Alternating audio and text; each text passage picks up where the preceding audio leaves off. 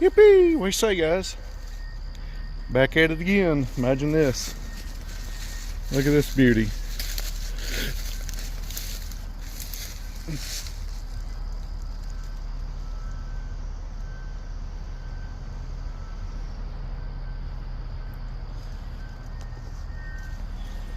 This is the location where me and Janice Carter had the sighting of the baby Bigfoot, and I'm already seeing ground stick signs that weren't here the last time I was here. I'm seeing someone's footprint back there. Just some really incredible stuff.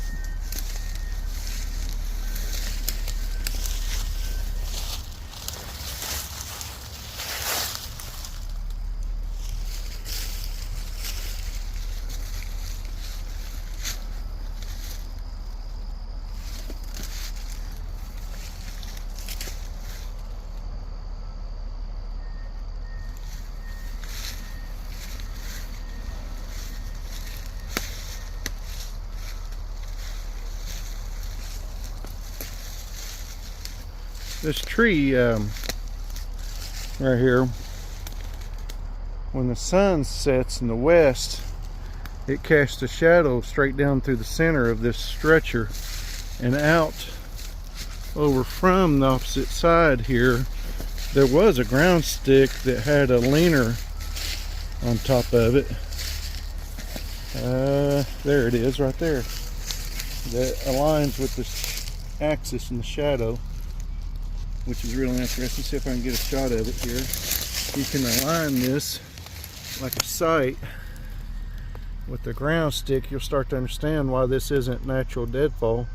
When you see the top of that structure aligns with that tree, and the shadow when it casts on the sun, I think they're marking the winter solstice by the direction and the angle of the sun's movement, tracking it here. So this stretcher is built here for more than just a simple reason of having been built. That's fresh. Like that limb's been freshly broken here. I can smell the smell from it. You know how wood smells like when you snap something in two? That's crazy. That might have just happened before I got here. When I bent over to line that ground stick up, I could smell it. I could smell that wood where it's been broke right there. That's interesting. That piece of bark and that stick laid across it there, left there, and that why? Ask why. Why would there be a Y stick and a Y stick? You can't make this stuff up. That right there is just one of the really neat, super neat places to come here to do follow-up visits of, and this is where Janice Carter and I saw the baby Bigfoot. So it was actually right here. I mean, right from where that stretcher is right there to like literally that embankment right there. Underneath this tree, it ran right up through there. Right up through there. There's a path, you can see it, right up to above where that tree's at. Right down through here. Yeah, it come right down through here. You follow that path. Look what it leads over to. I mean, could you make... This is where Jan got mud actually squeezing up between her toes of her sandals down here when I took her out to eat to dinner, and she had all these like little flowery things stuck to her sweater, and we call them Shiggers lice or something, or briars and stuff. But this has got me kind of curious now, this huge log pile, because upstream from here there's a There's like a little dam across it that's been newly made, and the trees are placed there. Some of them are up on top of the bank going down into the creek, and I don't know, it's just one of those head scratchers, I guess, where you're like, wonder if that's natural.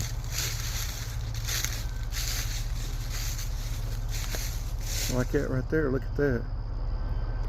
Looks like maybe the start of a little stretcher in here, right up underneath these trees right here. Yeah.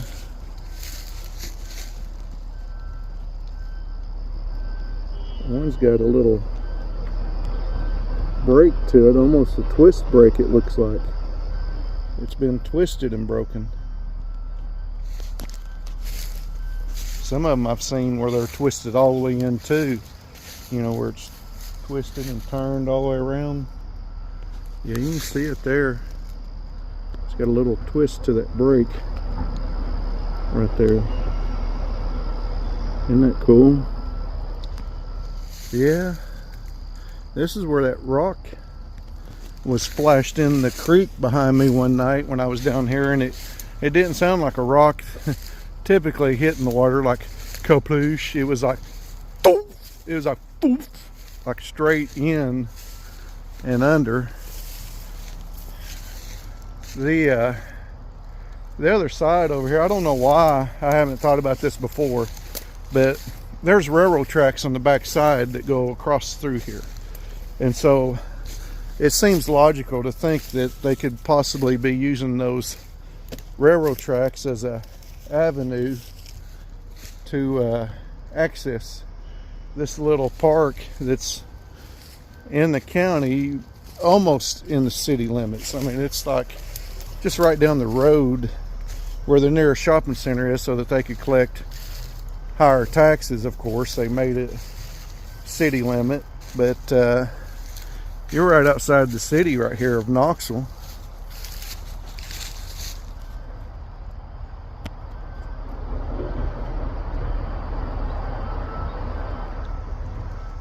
I took a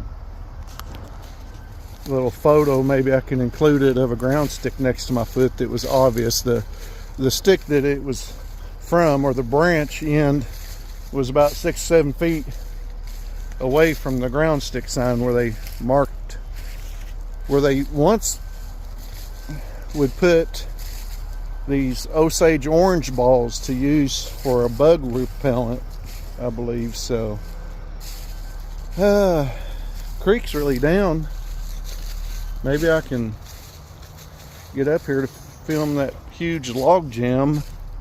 I mean, some of these logs are just massive that have been, to me it looks like it's been put here because some of them are on the back side away from everything. Like they're trees like this size of trees down in the creek right up here. I mean, y'all would have to look at it and tell me what y'all think, but like this definitely got kicked off down in there from up here. But how did all this other debris get carried upstream in the creek from here? I mean, I guess some of this could be flood debris in these trees that's in here, but seems a little odd, really. Seems a little unusual. I'm trying to hurry and speed walk with you to show you guys this, because it's kind of interesting.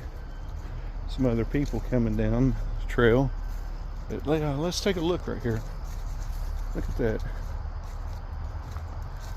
little nature area.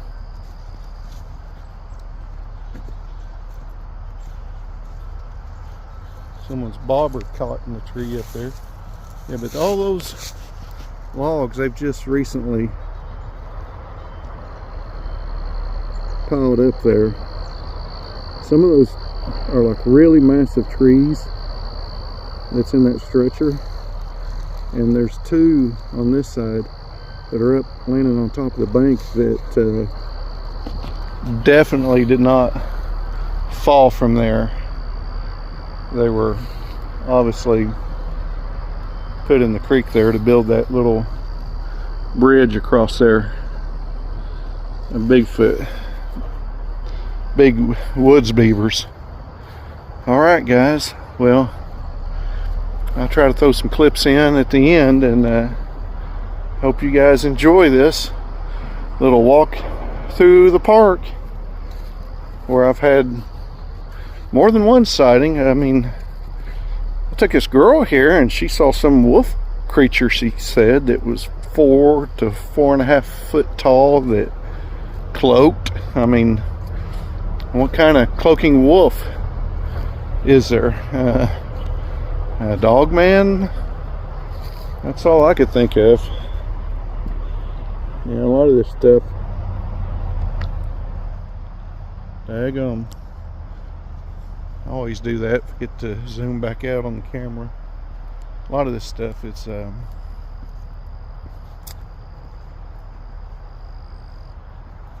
interesting.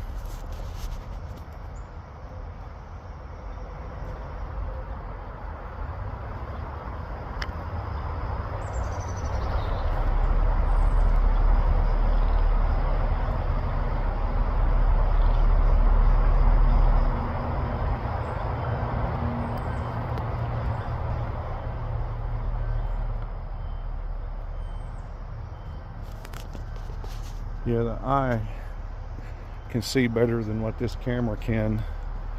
So what you're seeing comparative to what I'm seeing, I can see these signs a lot bigger view and a lot further view, a lot clearer view. So yeah, ground stick signs. It's amazing, really, the stuff that you would not expect to find in a place such as a park near the city, but a park nonetheless, in a city like any other. Even Moscow, on the outskirts there's a playground with the same kind of structure signs being built in it that I've found and shared research with Dr. Igor Butsev. So it's just really fascinating. Well, thank you guys, and we'll catch you all on the next one. Bye-bye.